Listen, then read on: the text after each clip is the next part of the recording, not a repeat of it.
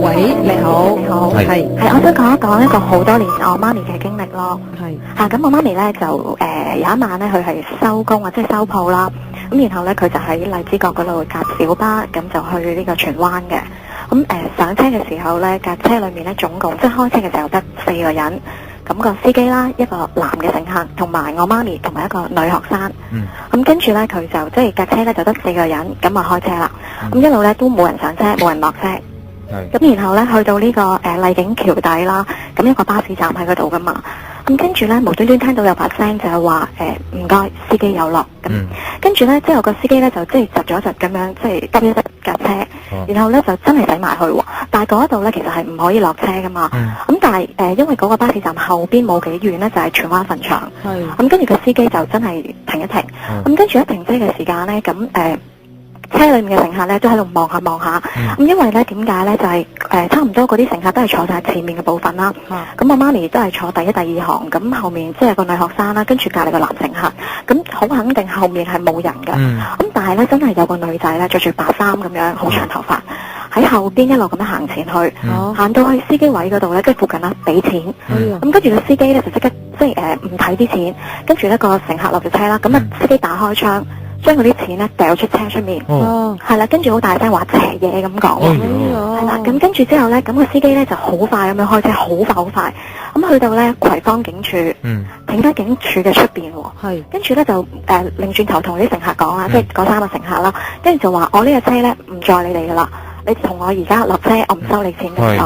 咁跟住司機就話啦，你哋記住，千祈唔好即刻翻屋企，轉幾輪嘅交通工具。係啦，咁跟住咧，我媽咪咧就好驚，咁啊即刻落車啦。咁個男乘客都落車，個女乘客咧就喺度話，即係另一個學生咧，佢就喺度話我未到㗎咁講。咁但係我媽咪就唔理啦，拉埋佢落車咯。咁跟住嗰個女學生就好似好彷徨咁樣，唔知做乜嘢咁。咁跟住我媽咪就唔理佢，拉住佢上的士，咁啊即係同佢一路喺度咁樣遊車河遊咗轉，咁跟住先劈低翻個女學生喺個警署。因為個女學生唔知道咩事啊嘛，完全感覺唔到。係啊，因為佢好驚啊，直情咧佢，因為大家都驚在就係佢哋明明知道嘅車係真係得嗰3個乘客一個司機，咁冇理由無端端真係會有個女仔嗌落車，仲要佢真係行前嚟俾錢落車。係咯，大家都見到嘅要。係啊，大家見到㗎。嗱，為拗而拗下先，有冇機會嗰個上咗車嗰個女人嚇，一早坐喺上邊嘅？咁可能佢係瞓低咗，有冇咁可能咧？司機都應該知啩。巴點瞓低啊？唔知，可能佢自己咁樣累，即係點啊？即係好屈身啊，咁瞓低咗，有冇咁可能咧？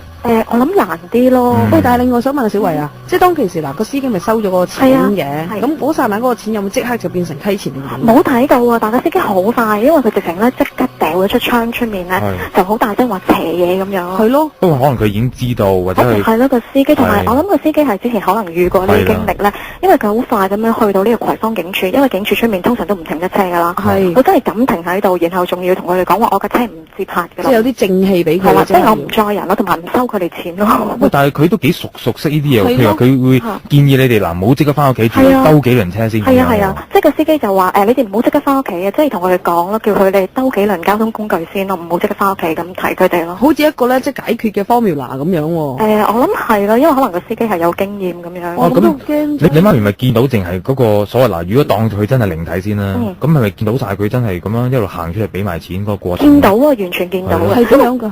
唔係，佢咪淨慢慢喺後面慢慢褪前嚟咯，即係冇話好清楚睇唔睇到到，但係睇唔到塊面啦，肯定。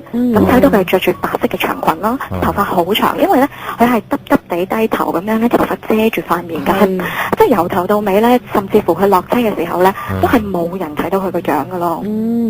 但係佢係好慢㗎咯，一切動作都係。咁講喎，雖然咧佢真係咁樣出現咗啦，但係呢個靈體亦都冇惡意，佢真係俾錢㗎喎，係咪先？係啊，但係佢喺墳場嗰度，即係附近落車咁就有啲少少嚇人咯。咁啊，即係雖然話順風車都係咁話啦，即係可能安全起見咧，個司機叔都叫你哋咁樣即係做法啦，嗬。係啊。哇！如果而家係啲即係小巴朋友咧，通知小巴咧，會唔會即係有機會同我哋講下，係咪有咁嘅 case 會曾經發生？即係尤其是係呢條線啦，而家仲有㗎嘛，係咪呢條？係啊，喺麗景橋底嗰度附近啦嚇。哇！好鬼驚喎，咁樣真係。OK。喂，唔該曬你，小維，拜拜。